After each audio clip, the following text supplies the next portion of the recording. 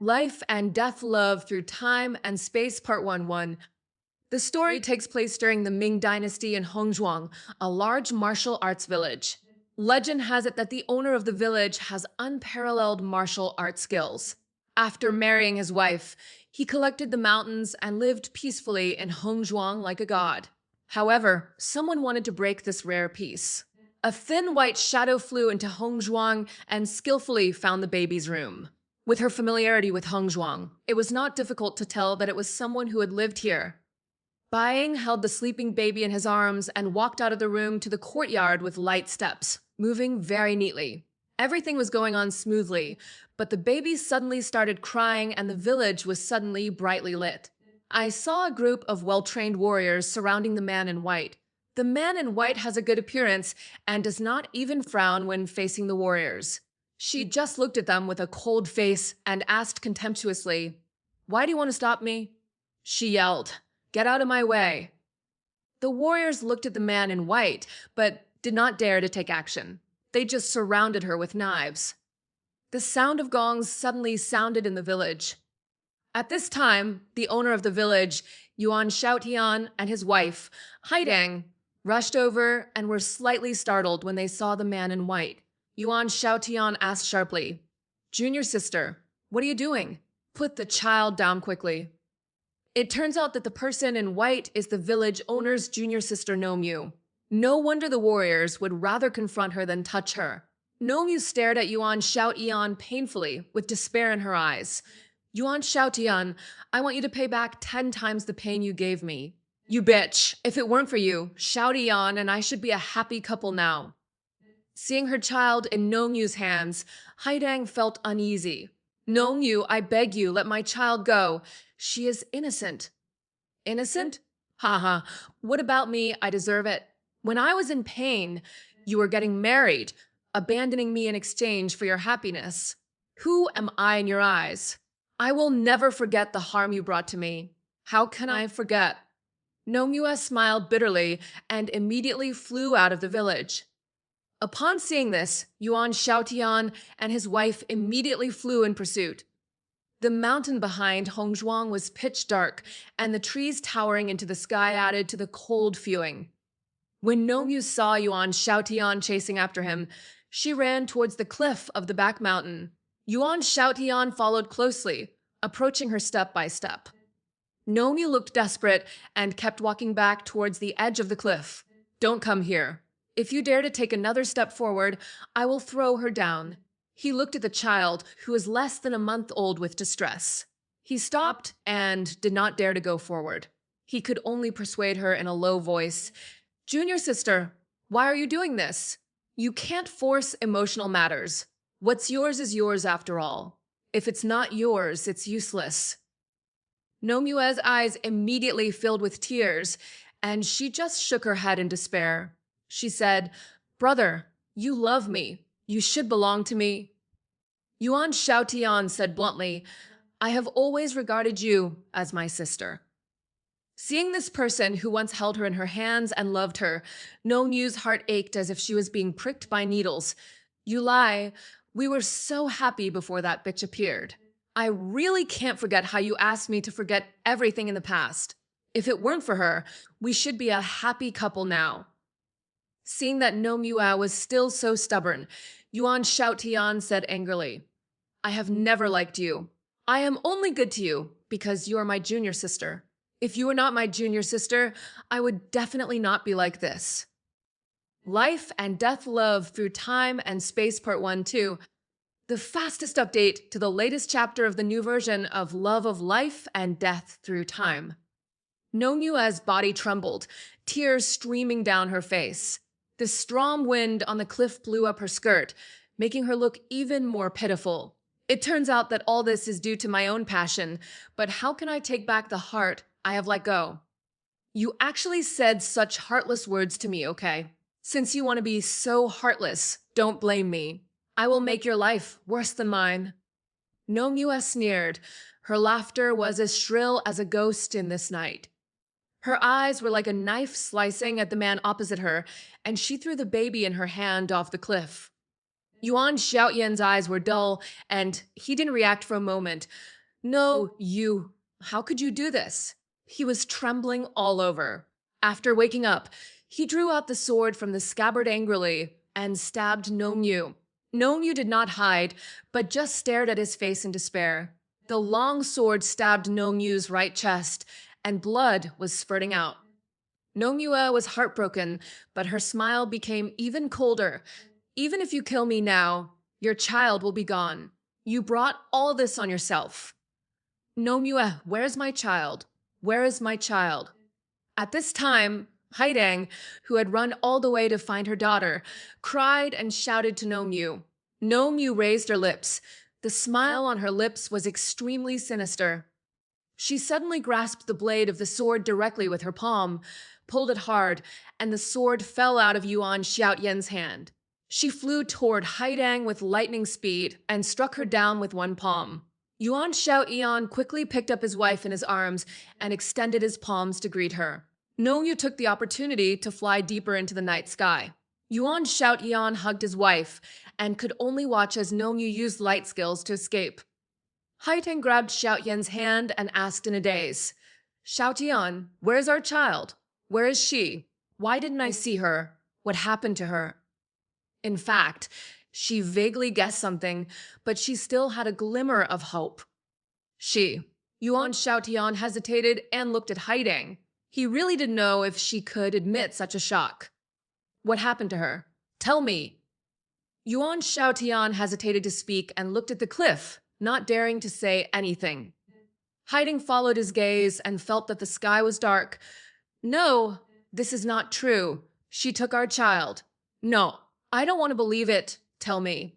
This is not true. You are lying to me, right? She murmured desperately. Xiaotian told me that you were lying to me. I beg you to tell me. I don't believe all this.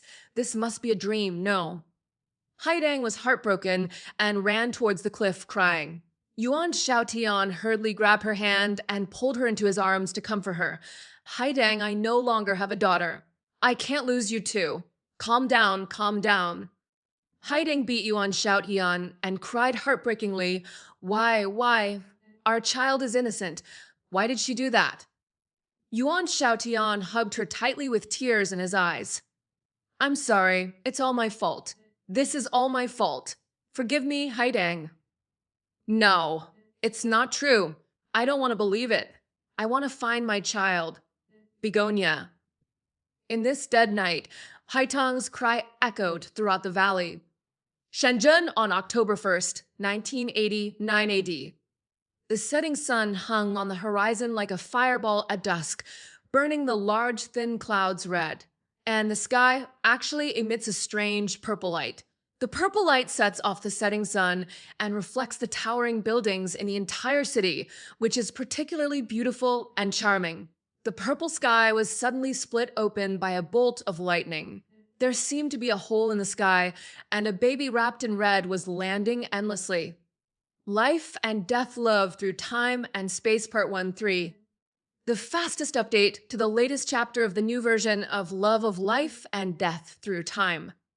The cleaner, Huyang, was cleaning the sidewalk.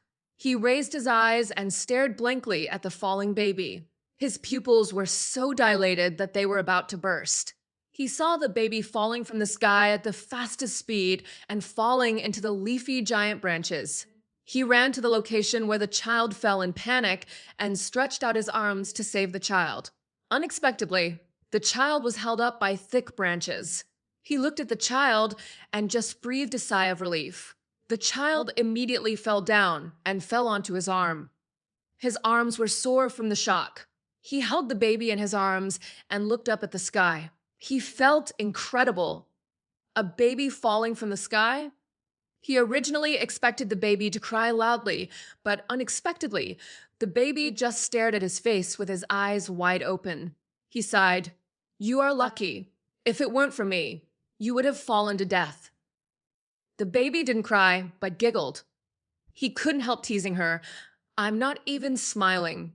I can only send you to the police station. Who knows where you came from? The baby immediately stopped laughing and burst into tears. He hurriedly coaxed her and said to himself, How old is this baby? Can he understand what I say? This is incredible. Strangely enough, he didn't dare to adopt such a child of unknown origin, so he went straight to the police station with a child in his arms. Because there is nothing else on the child, there is no other choice but to send the child to a children's welfare home. When the dean saw the child, he bathed her and changed her clothes. When she took off the baby's clothes, she suddenly found a small piece of jade hanging around the baby's neck. The jade was of good color and was carved with a statue of Guanyin. Behind Guanyin, there were only two words: compassion. She mistakenly thought it was the child's name and said with a look of pity on her face, "Lien Xian, pity the one in the world who has pity on you. You can be called Lien Xian from now on." My name is Lianxin, and my mother, the dean, has been as good to me as my own mother since I was little. Despite this, I still feel like something is missing. Family ties. I've known since I was young that I don't have any relatives. It's just the dean's mother's love for me that makes me no longer deliberately want the warmth of a mother's love and family. She often laments in front of me that time flies too fast because she is old and approaching retirement age. Her biggest wish before she retired was to help me find an adoptive family. Indeed, I lived in the orphanage for 8 years without any physical problems. However, because of the pickiness of the director's mother, I could never find a suitable adoptive home. I once thought I was lucky to be able to stay with her for a few more years, but today she told me sincerely that she had found the perfect family. When I walked into the dean's mother's office, I opened the door and saw a middle-aged man of medium height wearing glasses in a straight suit. He was slightly fatter. He was sitting on a chair and chatting happily with the dean's mother. I asked in frustration, "Mom, Dean, do you have a problem with me?" The dean's mother stood up, took my hand, and brought me to the middle-aged man and introduced me. "Haha, Lianxin, this is Uncle Li. He wants to adopt you." My friends at the children's welfare home often told me that many people were abused after being taken out. I looked at the middle-aged man in front of me. Although he looked kind and did not look like a bad guy, I still felt a little timid and uneasy in my heart. An inexplicable fear ran through his body. I forced a smile and said, "Hello, Uncle Li. Life and Death Love Through Time and Space Part 1-4. The fastest update to the latest chapter of the new version of Love of Life and Death Through Time." Uncle Li looked at me tenderly, smiled, and said to the dean, "Well, okay, Dean, you are talking about her. She is really a little girl that everyone loves. Well, this child is very sensible and kind to others." The mother, the dean, touched my head and said kindly. Her voice was obviously choked, and she couldn't bear to leave me.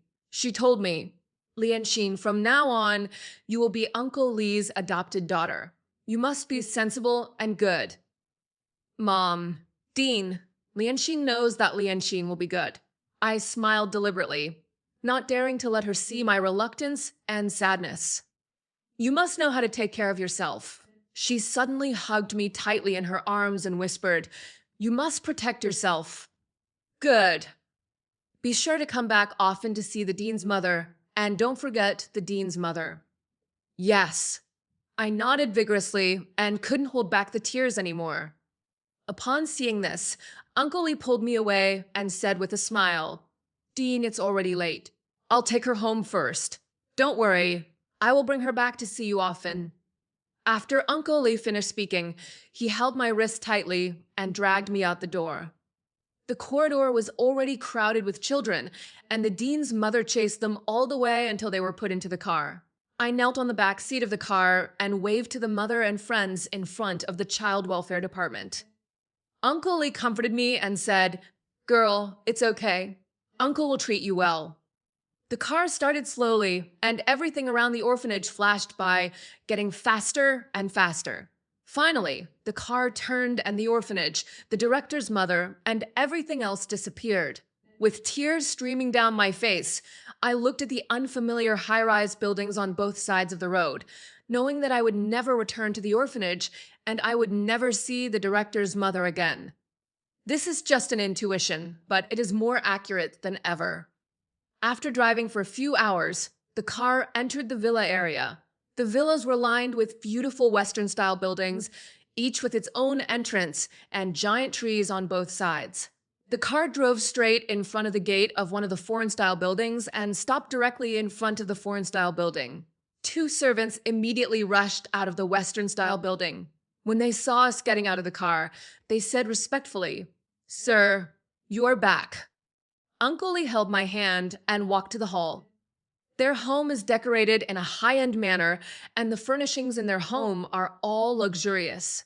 I glanced at this strange and gorgeous place, feeling extremely nervous. Suddenly, a beautiful and plump aunt came down the stairs in the corner of the hall, followed by a boy slightly older than me. Uncle Lee quickly introduced, "Lianxin, this is your Aunt Lee, and this is your future brother Li Wei." Error 500, server error. 1500, that's an error. There was an error. Please try again later. That's all we know. What's good? Aunt Lee looked me up and down with a cold face, and her eyes made my skin stand on end. She asked Uncle Lee, "Li Deji really doesn't know why you adopted her. Is there too much food at home? Or is she the illegitimate daughter of some lover of yours?" Uncle Lee said, "I just feel sorry for her. Besides, our family doesn't lack much money, let alone Lian Xian." Pitiful? There are so many beggars on the street, but you don't feel pity for her. Why don't you pity her? Just let it be. She glanced at me and turned around to go upstairs. Uncle Lee comforted me gently. "Lian Xian, don't mind. Your aunt is just like that. She actually has a good heart. You will know as you get along with her." He told Li Wei, "Xiao Wei, don't bully her." Life and Death Love Through Time and Space Part 1-5. The fastest update to the latest chapter of the new version of Love of Life and Death Through Time. Li Wei slapped his chest. "Dad, don't worry. By the way, your company still has something to do. I'll take care of Sister Lianxin." Uncle Lee said, "If you need anything, Lianxin, just ask your brother. Uncle will go to the company first. I'll see you in the evening." Goodbye, Uncle. I watched my uncle leave, feeling very disappointed. Aunt Lee probably didn't like me. Will the future be easy? "Hey, come here, little one. I'll take you to your room." As soon as Uncle Lee went out, Li Wei yelled at me fiercely. I looked at him in confusion. He was so enthusiastic just now, but in the blink of an eye, he seemed to be a different person. He took me to the second floor, pointed to a room in the far corner, and said, "This is your room. Go in." Li Wei smiled at me as he spoke. It seemed that I had been too worried just now. I opened the door with relief, and there was a pop sound, and a plate of water fell from the door and poured down on me. "Haha, drowned rat. Haha." Li Wei laughed when he saw me like this. "Isn't this the first time we met? Why did you treat me like this?" I looked at him helplessly, my whole body shaking with cold. Li Wei threatened proudly, "Little one, who do you think you are? My dad's adopted daughter? Remember, your identity is a servant, a free worker taken in by my dad. Do you understand? Workers outside need money, and you happen to be free." Is this really what a teenage kid said? So arrogant and domineering, arrogant. Aunt Lee heard the noise and rushed over. Li Wei immediately cried when he saw his mother. "Mom, she hit me. I just teased her, but she dared to hit me." There was a snap without knowing what was going on. Aunt Lee slapped me on the face and cursed through gritted teeth. "I'm warning you, don't think that he has adopted you and act recklessly in my house. Who do you think you are? An adopted daughter? A biological daughter? Dare you hit someone in my house? What do you really think you are?" She dragged Li Wei's hand and said, "Let's go." It turns out that I really am not welcome in this home. Maybe my tragic fate was destined to begin when I entered the Li family, or maybe it started when I was born, but who can tell? But I can only endure it, because the dean's mother said that there are always many good people in this world, and as long as I obey, Aunt Lee will definitely change her mind towards me. The Li family's daily routine is very simple. In addition to going to school every day, they do housework. Of course, Aunt Lee's eyes are unavoidable, but I am still very happy. After all, I have books to read and food to eat. Lian Xian, go ask uncle and aunt to come for dinner. They are upstairs. The nanny told me as she prepared the meal. My nanny is very good to me at home and takes care of me in everything. Okay, wet nurse, I'll go right away. I hurried upstairs, and as soon as I reached the door of their room upstairs, I heard screaming from inside. Li Deji, what is wrong with me? You actually have another woman outside. Honey, listen to me. I really don't have one. No, you're still lying. What's going on with these photos? These photos are fake. I've found out who this woman is. Hello, Li Deji. That's how you fucking treated me. I said, this is just an employee of my company. This is just a misunderstanding. If you really don't believe it, fine, let's get a divorce and get together. Divorce? Okay, Li Deji, you heartless person. I'm not done with you. Life and Death Love Through Time and Space Part 1-6. The fastest update to the latest chapter of the new version of Love of Life and Death Through Time. I'm too lazy to pay attention to you. I'm suspicious all day long. I'm going out to drink. It's up to you to think whatever you want. Before I could react, I saw Uncle Li walking out angrily. He glanced at me, shook his head helplessly, and walked downstairs. Auntie and Uncle quarrel every now and then, so they're used to it.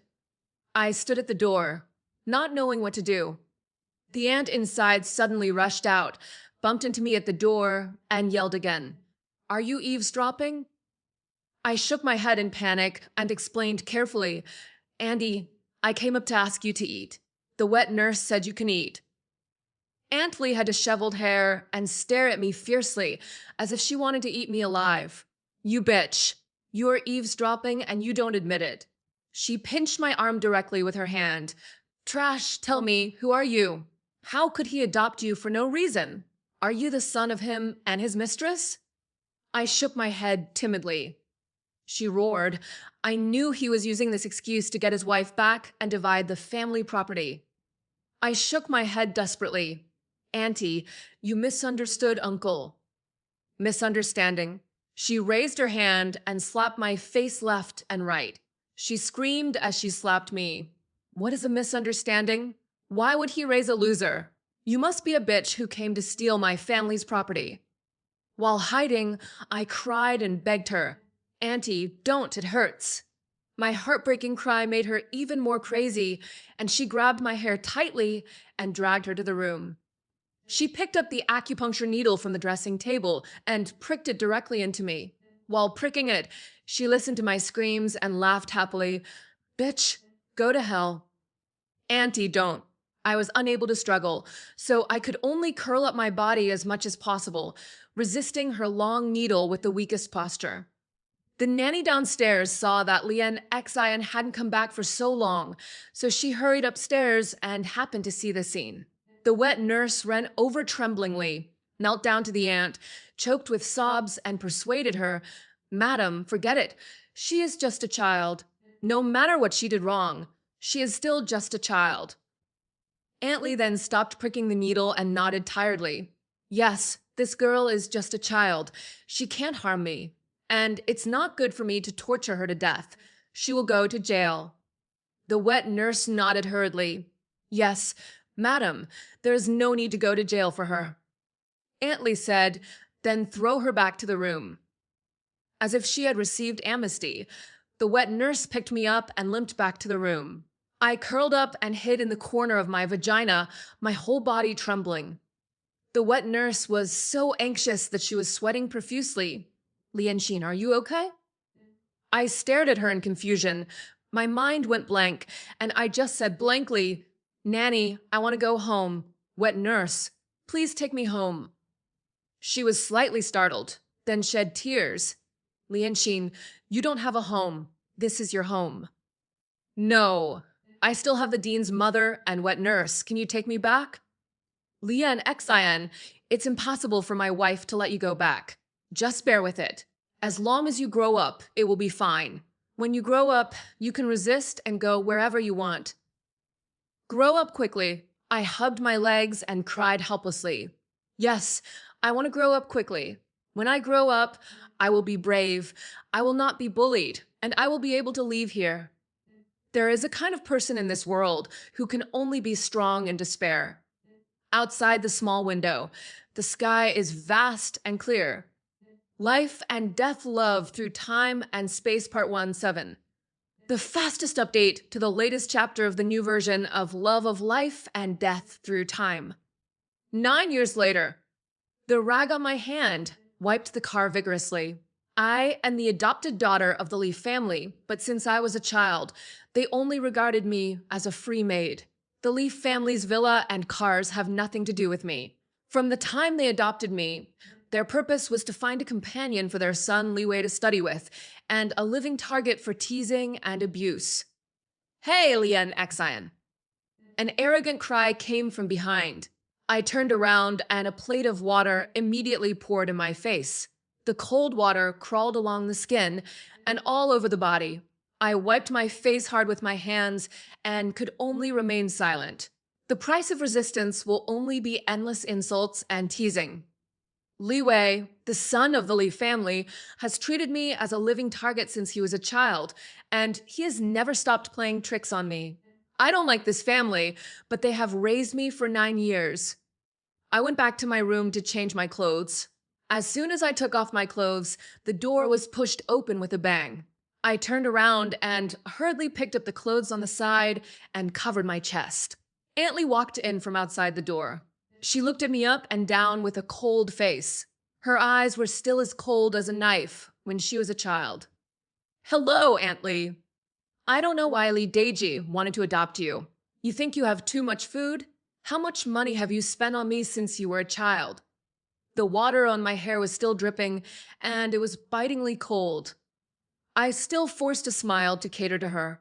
She asked, Lianxin, what did Uncle Li secretly buy you yesterday? Watch. I answer her truthfully, not daring to hide it. Ever since I was a child, she had taken away all the things Uncle Lee gave me. She walked to the dressing table, pulled the drawer hard, took out her watch, and said, More than 3,000. Li Deji really thinks it's too much money. As soon as she finished speaking, Li Wei called outside the door. Mom. Li Wei walked into the room and stood in front of me majestically. My fingers clenched tightly, tightly clinging to my chest. Aunt Lee glanced at Li Wei, turned around, and went out. The room suddenly became quiet. Li Wei's breathing gradually became rapid, and his eyes kept looking at me. Her body began to tremble under his gaze. I called out, brother. I tried to move out. Li Wei took 3 steps at a time and rushed to me. The corners of his mouth were slightly raised with a weird smile. Sister Lianxin, why are you running? He stopped in front of me, and his smile was even more evil, which made people feel scared. He said, When we were children who didn't see each other's body, my dad adopted you from the orphanage. This is a great gift. His hand suddenly grabbed my arm, and with a little force, he dragged me into his arms and kissed me. Reflexively, I raised my knees and gave him a hard push on his lower body.